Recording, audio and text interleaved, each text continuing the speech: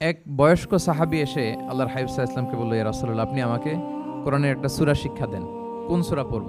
তো আল্লাহর হাবিব সাল্লাল্লাহু আলাইহি ওয়াসাল্লাম বললেন, আলিফ লাম র দিয়ে যে সূরাগুলো আছে এগুলো পড়ো।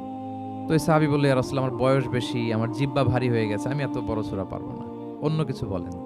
তো আল্লাহর হাবিব সাল্লাল্লাহু আলাইহি ওয়াসাল্লাম বললেন, তাহলে দাওয়াতু হামিম, হামিম দিয়ে যে সূরাগুলো শুরু হয়েছে কোরআনে সেগুলো পড়ো। বলতেছে, ইয়া রাসূলুল্লাহ, এটাও পারবো না, আরো সহজ করে দেন। তো তখন আল্লাহর হাবিব সাল্লাল্লাহু আলাইহি ওয়াসাল্লাম বললেন, তাহলে আল মুসাব্বিহাত, মানে সাব্বাহা ইউসাব্বিহু দিয়ে যেই সূরাগুলো শুরু হয়েছে তুমি এগুলো পড়ো। ওই সাহাবী বলে, এইটাও কঠিন হয়ে যায় আমার জন্য। তখন আল্লাহর হাবিব সাল্লাল্লাহু আলাইহি ওয়াসাল্লাম বললেন যে, তাহলে কি চাও? বলতেছে, আমাকে একটা জামে মানে সূরা শিক্ষা দেন। আল্লাহর হাবিব সাল্লাল্লাহু আলাইহি ওয়াসাল্লাম বললেন, তাহলে তুমি পড়ো ইদা জুলজিলাতিল আরদু জিলজালাহা। বললেন, উনি বললেন যে, আমি আর বেশি কিছু পড়ব, শুধু এটাই পড়ব।